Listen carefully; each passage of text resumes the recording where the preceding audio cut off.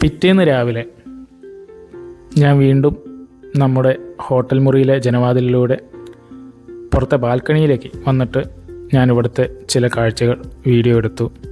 അത് കഴിഞ്ഞ് പുറത്തിറങ്ങി രാവിലത്തെ ബ്രേക്ക്ഫാസ്റ്റ് കഴിച്ച് ഞങ്ങൾ വീണ്ടും കാറിൽ കയറി യാത്രയായി. പോകുന്ന വഴിയിലെല്ലാം നല്ല നല്ല കാഴ്ചകളും നല്ല രസകരമായി ഒരുക്കി വെച്ചിരിക്കുന്ന ബിൽഡിങ്ങും മറ്റും എല്ലാം കാണാം. നല്ല പാതയാണ്. റോഡെല്ലാം വളരെ വൃത്തിയായും നല്ല രീതിയിലൊക്കെ പരിപാലിച്ചു കൊണ്ടുപോകുന്ന ഒരു രാജ്യം. അസർബൈജാൻ്റെ ഇവിടുത്തെ ഏറ്റവും വലിയൊരു പ്രത്യേകത എന്ന് പറയുന്നത് തന്നെ ഇതാണ്. ഈ ഒരു രാജ്യത്തിൻ്റെ ഈ ഒരു വീഡിയോ നിങ്ങൾക്ക് കാണുമ്പോൾ തന്നെ തോന്നും ഒരു യൂറോപ്യൻ മേഖല അല്ലെങ്കിൽ ആ ഒരു രീതിയിലേക്ക് വളർന്നു വരുന്ന അല്ലെങ്കിൽ ആ രീതിയിലേക്ക് വളർന്നെത്തിയ ഒരു രാജ്യത്തിൻ്റെ ഒരു മേൽപ്പടി നമുക്ക് കാണാൻ പറ്റും.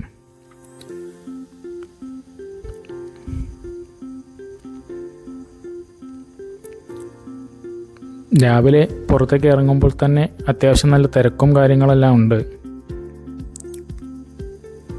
നമ്മുടെ ഡ്രൈവർ നമ്മളോട് പറയുമായിരുന്നു ഈ റോഡും ഇതെല്ലാം ഇത്ര വൃത്തിയായി ഇരിക്കുന്നതിന് കാരണം ഇവിടെ എന്നും രാവിലെ എണീറ്റ് ആൾക്കാർ വന്ന് ഇതിൻ്റെ വൃത്തി ഒക്കെ നോക്കുന്ന, അതായത് ശുചിത്വമെല്ലാം നോക്കുന്ന ഇവിടുത്തെ ആളുകളുടെ പ്രയത്നം കൊണ്ട് മാത്രമാണ് ഇത് ഇത്ര വൃത്തിയായിരിക്കുന്നതെന്നും ജനങ്ങളും അതിനൊപ്പം തന്നെ ഈ രാജ്യത്തെ പുറത്തേക്ക് അല്ലെങ്കിൽ മാലിന്യപരമായിട്ടോ ഒന്നും വൃത്തികളൊന്നും ഇടാതെ വളരെ നല്ല രീതിയിൽ പരിപാലിച്ചു കൊണ്ട് തന്നെ ഈ രാജ്യത്തെ മുന്നോട്ട് നീക്കുന്നു. അതുതന്നെയാണ് ഇതിവിടെ ടൂറിസത്തിന് ഇത്രയും വലിയൊരു മികച്ച ഒരു വരവേൽപ്പ് ഉണ്ടാവാനും കാരണം എന്ന് നമുക്ക് തോന്നുന്നു. ഈ മുന്നിൽ കാണുന്നതാണ് ഇവിടുത്തെ ഹാൾമാർക്ക്. അതായത് നേരത്തെ കണ്ടതാണ് അവിടുത്തെ ഫ്ലെയിം എന്ന് പറഞ്ഞിട്ടുള്ളൊരു ടവറാണ്. ഇതെല്ലാം ഇവിടുത്തെ ഒരു പാർക്കിൻ്റെ കാര്യങ്ങളാണ്. ഒരു പാർക്കാണത്. നമ്മളിന്ന് നേരെ പോകുന്നത് ആ ഫ്ലെയിമിൻ്റെ ആ ഒരു ഇതിലിൻ്റെ ചുവട്ടിലേക്കാണ്.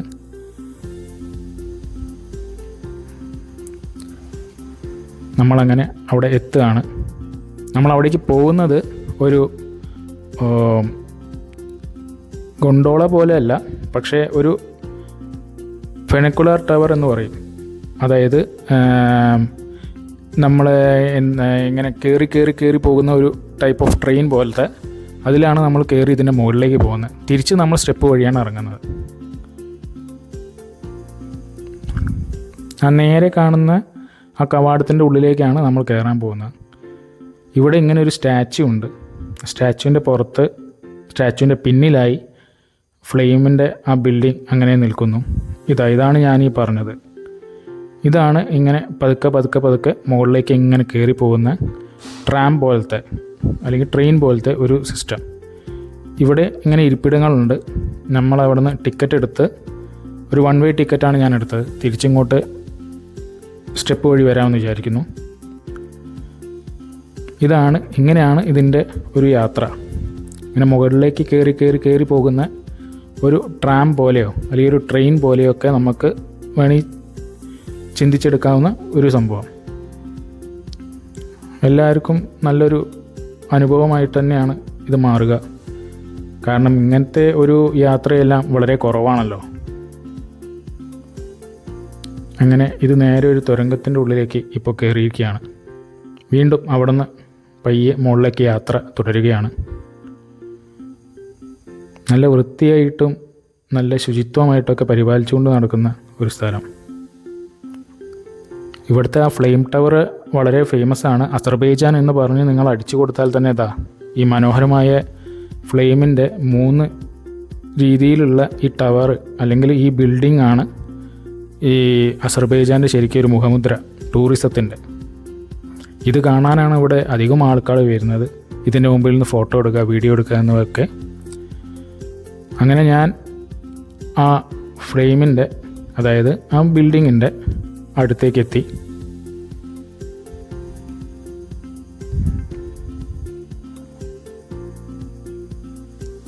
ഇതൊരു വലിയ പാർക്ക് പോലെയാണ്.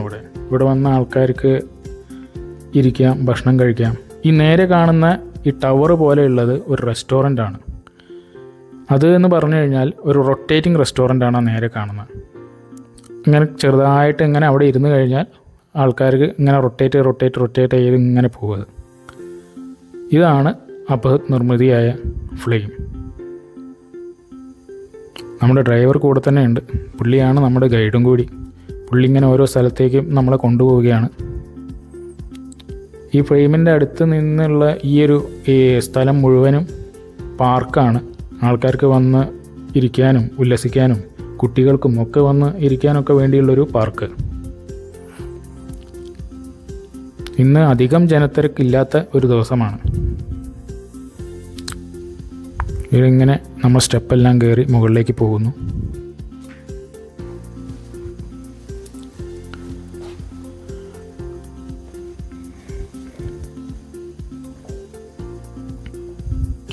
ഇവിടെ നിന്ന് നോക്കുമ്പോൾ അസർബൈജാൻ നഗരത്തിൻ്റെ വലിയൊരു ദൃശ്യം തന്നെ നമുക്ക് കിട്ടും. ഇത് അവിടുത്തെ ഒരു പോർട്ടാണ്.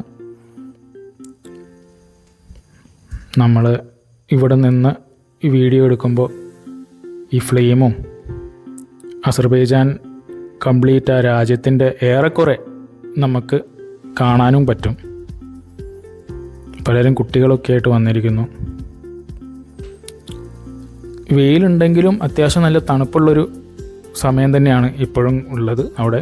ഇതാണ് ഞാൻ നേരത്തെ പറഞ്ഞ ആ റൊട്ടേറ്റിംഗ് റെസ്റ്റോറൻറ്റ്.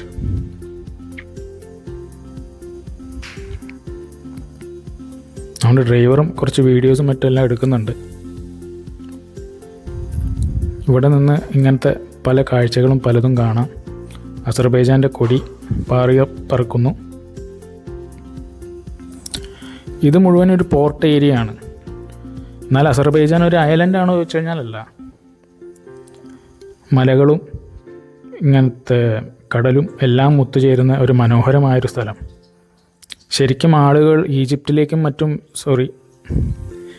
ആളുകൾ യൂറോപ്പിലേക്കും മറ്റും പോകുന്നതിന് പകരം ഇതുപോലെയുള്ള പല രാജ്യങ്ങളിലേക്കും പോയി അവിടെ ശരിക്കും അധികം തിരക്കൊന്നുമില്ലാതെ ആ രാജ്യം നന്നായി ആസ്വദിച്ച് വരാൻ പറ്റുന്ന ഒരു ഇതാണ്. ശരിക്കും ഈ വക രാജ്യങ്ങളിലേക്ക് പോയാൽ തന്നെ യൂറോപ്പിലൊക്കെ എത്തിയൊരു അനുഭൂതിയും കിട്ടും. എന്നാൽ യൂറോപ്പിൻ്റെ അത്ര ഒരു എക്സ്പെൻസീവും അല്ല. പക്ഷേ ഇന്ത്യൻ മണി വെച്ച് നോക്കുമ്പോൾ ഇവിടുത്തെ രൂപയെ മന്നത്ത് എന്നാണ് വിളിക്കുക. അത് ഒരു മന്നത്ത് എന്ന് പറഞ്ഞാൽ 50 ഇന്ത്യൻ റുപ്പിയാണ്. അപ്പോൾ അത്യാവശ്യം ഇവിടുത്തെ പൈസയ്ക്ക് വാല്യൂ ഉള്ളൊരു ഇതാണ്. എങ്കിലും നമ്മൾ യൂറോപ്പിലെ യൂറോ ഒക്കെ വെച്ച് നോക്കുമ്പോൾ ഇന്നത്തെ ഇപ്പോൾ യൂറോ റേറ്റ് എന്ന് പറയുമ്പോൾ 100-103 രൂപയാണ്. അത് വെച്ച് നോക്കുമ്പോൾ ഇവിടെ വന്നു കഴിഞ്ഞാൽ അത്യാവശ്യം നല്ല ഒരു യൂറോപ്പിൻ്റെ ഒരു രീതിയും കിട്ടും. എന്നാൽ ഒരു മുസ്ലിം രീതിയിലുള്ള ഒരു രാജ്യവുമാണ്. ഇത് വീണ്ടും നമ്മൾ ഇവിടെ നോക്കുമ്പോൾ പോർട്ടിൻ്റെ ഭാഗങ്ങളും മറ്റും കാണുന്നു. ഇതാണ് നമ്മൾ കയറി വന്ന വഴി, അതായത് ആ ട്രാം വന്ന വഴി. തിരിച്ച് നമ്മൾ സ്റ്റെപ്പ് വഴി ഇറങ്ങിപ്പോകുന്നു.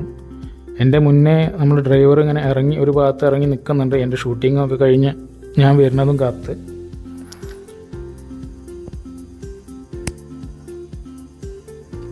നല്ല കല്ല് വിരിച്ച പാതയാണ്, അതിലൂടെ ഇങ്ങനെ നടക്കാം.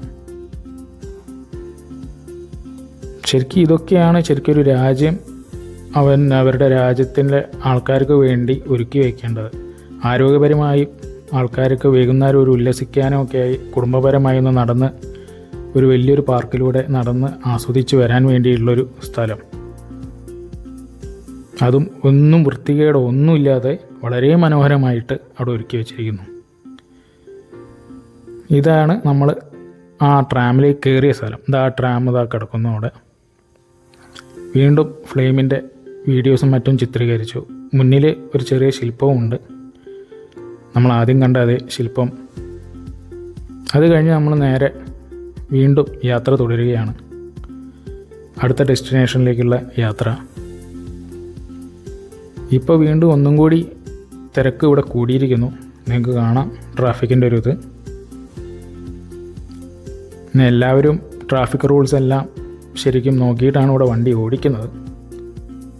അങ്ങനെ നമ്മൾ എത്തിയിരിക്കുന്നത് വേറൊരു പാർക്കിലേക്കാണ്.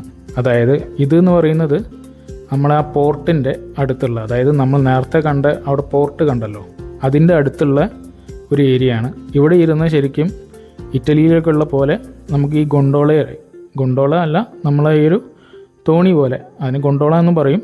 അതിലിരുന്നിട്ട് നമുക്ക് വേണമെങ്കിൽ യാത്ര ചെയ്യാം, ചെറിയൊരു ടൂറൊക്കെ പോലെ ചെയ്യാം. ദൂരെ അവിടെ ഫ്ലെയിം നമുക്ക് കാണാൻ പറ്റുന്നുണ്ട്, ഫ്ലെയിമിൻ്റെ ബിൽഡിംഗ്. അസർബൈജാൻ്റെ കൊടിയാണത്, പാറി പറന്ന് അതോടെ ഇങ്ങനെ നിൽക്കുന്നു. ഇതെല്ലാമാണ് ഈ പാർക്കിലെ കാഴ്ച. ഇതിൻ്റെ തൊട്ടടുത്താണ്, ഇതാണ് ശരിക്കും പറഞ്ഞാൽ പോർട്ട്. ആ പോർട്ടിലേക്കാണ് നമ്മളിങ്ങനെ നടന്നിങ്ങനെ അടുക്കുന്നത്.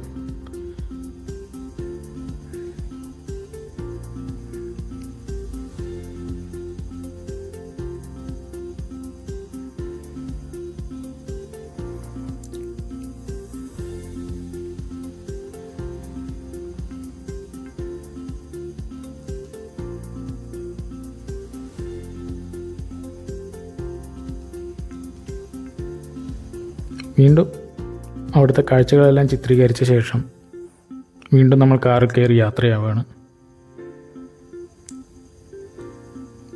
ഈ സ്ഥലവും ഈ ഒരു അന്തരീക്ഷവും എല്ലാം കാണുമ്പോൾ തന്നെ നല്ലൊരു ഉന്മാദം എല്ലാം നമുക്ക് കിട്ടുന്നു.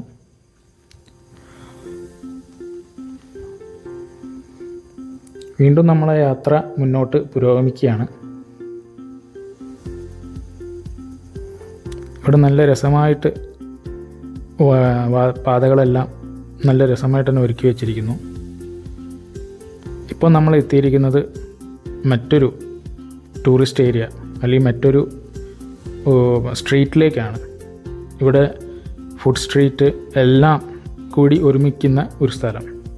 അവിടേക്കാണ് ഇപ്പോൾ നമ്മൾ പതുക്കെ നടന്നുകൊണ്ടിരിക്കുന്നത്. ഇതൊരു നടക്കാവുന്ന വലിയൊരു ഏരിയയാണ്. ശരിക്കും ഇതിലൂടെ നടന്നിട്ട് നമുക്ക് ഓൾഡ് സ്ട്രീറ്റ് ഉണ്ട്, അതായത് ഓൾഡ് അസർബൈജാൻ്റെ ഒരു സ്ഥലം.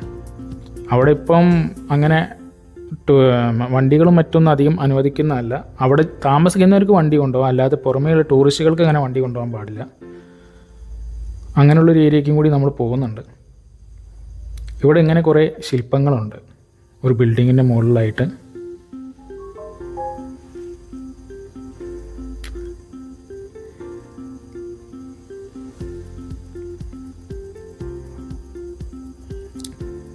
ഇവിടെയും ദൂരെ ഒരു ശില്പം. അത് കഴിഞ്ഞ് വീണ്ടും ഈ നടന്ന് ആൾക്കാർ ആ കവാടത്തിൻ്റെ ഉള്ളിലേക്ക് പോകുന്നത് നിങ്ങൾക്ക് കാണാം. അതാണ് ഇവിടുത്തെ old Azerbaijani area, old street എന്ന് പറയും. പണ്ട് പല കച്ചവടങ്ങളും പലതും നടന്നിരുന്ന ഒരു സ്ഥലമാണത്. അങ്ങോട്ടേക്കാണ് നമ്മൾ കയറുന്നത്. അവിടെ ഡ്രൈവർ മുന്നിൽ തന്നെ ഉണ്ട്.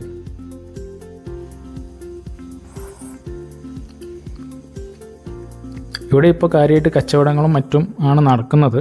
പക്ഷേ ഇവിടേക്ക് വണ്ടി അങ്ങനെ അനുവദിക്കില്ല. ഇവിടെ താമസിക്കുന്ന ആൾക്കാരുണ്ട്, അവർക്ക് മാത്രം വണ്ടി കൊണ്ടുപോകാം, ബാക്കിയുള്ളവർ നടന്ന് തന്നെ പോകണം. പക്ഷെ നല്ല പാതയാണ്. ഈ പാതയെല്ലാം കാണുമ്പോൾ തന്നെ നമുക്ക് വണ്ടി എന്തിനാണ്, നടന്നൂടെ എന്ന് തന്നെ നമ്മളെ മനസ്സ് നമ്മളോട് പറയും. അത്രയും നല്ല രീതിയിലാണ് അവർ ഈ വഴിയെല്ലാം ഒരുക്കി വെച്ചിരിക്കുന്നത്. ഓൾഡ് സ്ട്രീറ്റാണെന്ന് വെച്ചിട്ട് അതിനെ അടച്ചിടുകയോ അല്ലെങ്കിൽ അതിനെ തള്ളിക്കളയോ അല്ല. അതിനെയും കൂടി എങ്ങനെ നമുക്ക് ഒരു ആകർഷണപരമായി അല്ലെങ്കിൽ എങ്ങനെ ഒരു ടൂറിസത്തിൻ്റെ മേഖലയിലേക്ക് അത് കുതിച്ചുയർത്താമെന്ന് മാത്രമാണ് ആ രാജ്യം ആലോചിക്കുന്നത്.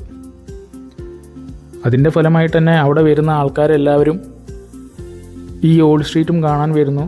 കൂടുതൽ വരുമാനങ്ങൾ ഈ രാജ്യത്തിന് കിട്ടുന്നു. ഇവിടെയുള്ള റെസ്റ്റോറൻറ്റ്സിലെല്ലാം അത്യാവശ്യം നല്ല റേറ്റുമാണ് ഭക്ഷണത്തിനെല്ലാം. അത് ആസ്വദിക്കാൻ വരുന്ന ആൾക്കാരും ഉണ്ട്. ശരിക്കും പ്രൗഢിയാർന്ന ഒരു യൂറോപ്യൻ നഗരത്തിലൂടെ നടക്കുന്ന പോലെ തന്നെ ഇവിടെ ഇങ്ങനെ ഒരു രൂപമുണ്ട്. അതിൻ്റെ മുന്നിൽ നിന്ന് ഫോട്ടോ എടുക്കാം, വീഡിയോ എടുക്കാം. ഇതെല്ലാം പഴയ ഇവിടുത്തെ വീടുകളും മറ്റും ഒക്കെയാണ്. പിന്നീട് ഇപ്പോൾ സുവനീർ ഷോപ്സും മറ്റതൊക്കെയാക്കി മാറ്റിയിരിക്കുന്നത്. അത് അതേപോലെ തന്നെ നിലനിർത്തിയിരിക്കുന്നു, മെയിൻറ്റെയിൻ ചെയ്യുന്നു.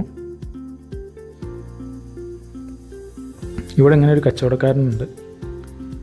അദ്ദേഹത്തിൻ്റെ പണിയിലിരിക്കുന്നു. കച്ചവടം നടക്കുന്നുണ്ടായിരിക്കാം.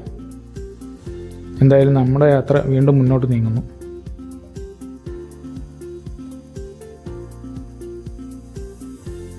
ശരിക്കും ഞാനീ പോകുന്ന സമയം ഒരു ടൂറിസത്തിൻ്റെ സമയം അല്ല.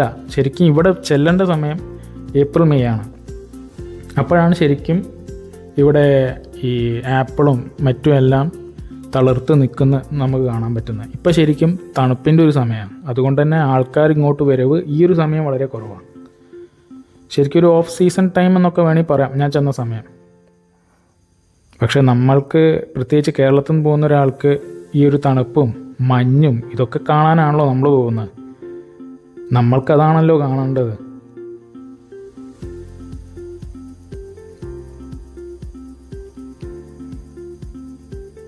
ഇതെല്ലാം മോൾ സ്ട്രീറ്റിൻ്റെ പല ഭാഗങ്ങളാണ്. ഇഷ്ടംപോലെ നടക്കാനുള്ളൊരു ഏരിയ ആണിത്. ശരിക്കും ഒന്നൊരു ദിവസം കൊണ്ടൊന്നും നടന്നാൽ തീരില്ല. വീണ്ടും ആ ശില്പത്തിൻ്റെ മുമ്പിലേക്ക് നമ്മൾ തിരിച്ചെത്തിയിരിക്കുന്നു.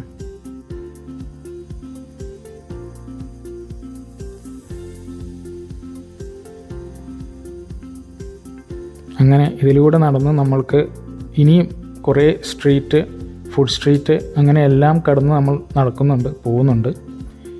ഇവിടെ ഈ കാണുന്നത് ഇവിടുത്തെ ന്യൂ ഇയർ സെലിബ്രേഷൻ്റെ ഭാഗമായിട്ട് ഇവരെല്ലാം കെട്ടിയൊരുക്കി വെച്ചതാണ്.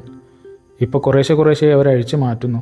ചിലത് ചിലപ്പോൾ അതുപോലെ തന്നെ വെക്കുന്നുണ്ടാകാം, കാരണം അടുത്ത ന്യൂ ഇയർ ക്രിസ്മസിനൊക്കെ വേണ്ടിയിട്ടുള്ളത് അതേപോലെ തന്നെ.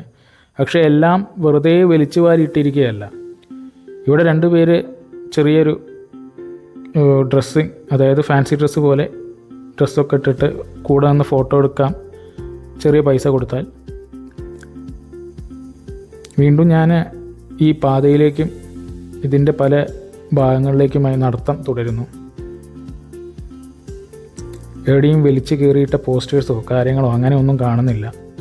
ഓരോ സ്ഥലത്തും കറക്റ്റ് ബോർഡും വെച്ചിട്ടുണ്ട് എങ്ങോട്ടേക്കാണ് പോകേണ്ടത് എന്നെല്ലാം. ഈ ശില്പം ഇതിങ്ങനെ വെച്ചിരിക്കുന്ന ഇതിൻ്റെ കൂടെ നിന്ന് നമുക്ക് വേണമെങ്കിൽ ഫോട്ടോ എടുക്കാം. ആദ്യം ഞാൻ ശില്പം കണ്ടപ്പോൾ വിചാരിച്ചു ഈ ലണ്ടനിലെല്ലാം ഉള്ള പോലെ ആളുകൾ അനങ്ങാതെ നിൽക്കുന്നതാണോ എന്ന് ഞാൻ നിമിഷം സംശയിച്ചു. പക്ഷെ അതല്ല, അതൊരു ശില്പം തന്നെയായിരുന്നു.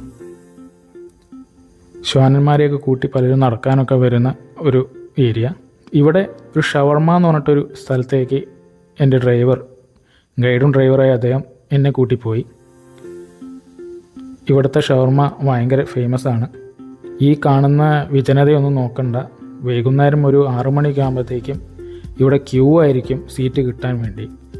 അങ്ങനെ ഞങ്ങളൊരു ഷവർമ ഓർഡർ ചെയ്തു. അത്യാവശ്യം നല്ല വലുപ്പമുള്ള ഷവർമയായിരുന്നു, പക്ഷേ വളരെ നല്ല രുചികരവുമായിരുന്നു. ഇതാണ് ആ ഷവർമ. അത് കഴിച്ചിട്ട് ഞങ്ങൾ അവിടെ നിന്ന് ഇറങ്ങി ഞങ്ങൾ വീണ്ടും ഈ പാതയിലൂടെ നടത്തം തുടർന്നു. എത്ര മനോഹരമായിട്ടാണ് ഈ ഒരു സ്ഥലമെല്ലാം ഒരുക്കി വെച്ചിരിക്കുന്നത് നോക്കുക. ഇവിടെ എല്ലാം പല പല സൂണി ഷോപ്പുകളും മറ്റും ആൾക്കാർക്ക് വന്ന് ഇരിക്കാനും നടക്കാനും ഉല്ലസിക്കാനും ഒക്കെ വേണ്ടിയിട്ട് ഈ രാജ്യം ഒരുക്കി വെച്ചിരിക്കുന്നു. ഇതെല്ലാം കൊണ്ടാണ് ബാക്കു എന്ന നഗരത്തിലേക്കുള്ള ടൂറിസം ഇപ്പം വളരെ വളരെ കൂടുതലായിട്ട് വന്നുകൊണ്ടിരിക്കുന്നത്. ചിലർക്ക് അസർബൈജാൻ ഏത് രാജ്യമാണെന്ന് പോലും അറിയാത്തവരുമുണ്ട്. പക്ഷേ അവർ ഈ രാജ്യത്തിനെക്കുറിച്ച് അറിഞ്ഞു കഴിഞ്ഞാൽ, ഒരു പ്രാവശ്യമെങ്കിലും ഇവിടെ വന്നു കഴിഞ്ഞാൽ, പിന്നെ ശരിക്കും യൂറോപ്പിലേക്കോ മറ്റുള്ള സ്ഥലത്തേക്കോ പോകുന്നതിന് പകരം ഇവിടെ തന്നെ വീണ്ടും വരുമെന്നാണ് എനിക്ക് തോന്നുന്നത്. വീണ്ടും ഞങ്ങളും യാത്ര ഇങ്ങനെ തുടരുകയാണ്. അത് കഴിഞ്ഞ് വീണ്ടും ഞങ്ങൾ കാറ് കയറി അവിടെ നിന്നും യാത്രയായി.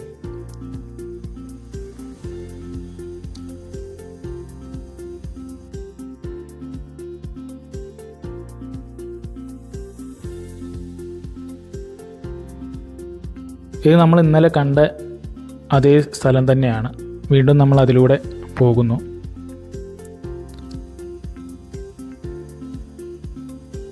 നമ്മളങ്ങനെ ഒരു യാത്ര ഇവിടെ എത്തിയിരിക്കുകയാണ്. ഐ ലവ് ബാക്കു എന്ന് പറഞ്ഞിട്ട് ഇവിടെ എഴുതി വെച്ചിരിക്കുന്നു. ഇവിടുന്ന് നമ്മൾ നേരെ കാണുന്ന ആ പ്രത്യേക നിർമ്മിതി ഒരു ഓഡിറ്റോറിയമാണ്. അതിൻ്റെ ഉള്ളിൽ തന്നെ ഒരു ചെറിയ കാറിൻ്റെ മ്യൂസിയം ഉണ്ട്.